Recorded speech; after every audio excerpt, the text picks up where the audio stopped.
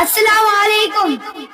الحمدللہ رب العالمین والصلاة والسلام علی اشرف الانبیاء والمرسلین وعلی آلہ وصحابہ اجمعین.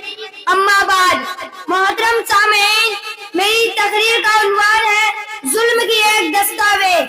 کافروں نے جب دیکھا کہ مسلمانوں کی تعداد گھٹنے کے بجائے دن بدن بڑھتی ہی جا رہی ہے، اب ان کی آواز کا اثر عرب سے حبش تک پہنچ گیا تو کھسیا گئے اور آپس میں مشورہ کر کے طے کیا کہ جب تک بنی ہاشم محمد صلی اللہ علیہ وسلم کے خاندان والے ان کا ساتھ نہ چھوڑتے اور محمد کو ہمارے حوالے نہ کر دے، اس وقت تک ان لوگوں سے ہر قسم کا لین دین رشتہ ناتا بند کر دیا جائے، ان کے ہاتھ کوئی چیز نہ بیچی جائے، ان کی شادی غمی شرکت نہ کی جائے، ان سے ملنا جلنا چھوڑ دیا جائے.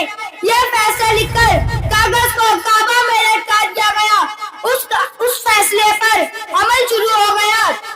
مسلمان ہمارے حضرت اور ان کا ساتھ دینے والے بنی ہاشم اور بنی مطلب مجبور ہو گئے کہ شہر چھوڑ کر کہیں کنارے چلے جائے. چنانچہ سب کے سب پہاڑی کی ایک گھاٹی میں چلے گئے جو بنی ہاشم کی بہت اچھی جگہ تھی، آج اس کا نام شعب ابی طالب تھا.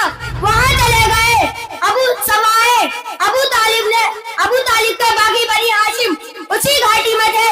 ابو طالب نے ان کا ساتھ نہیں دیا اور رسول اللہ صلی اللہ علیہ وسلم کے دشمنوں ہی کا ساتھی بنا. شہر میں سب چیزیں بکتی تھی مگر بیچنے والے دشمن تھے، اس لیے مسلمان اور ان کے ساتھیوں کو ایک چیز بھی نہیں ملتی تھی. سب پریشانی اور مصیبت تھی. درخت کا پتے اور سوکھا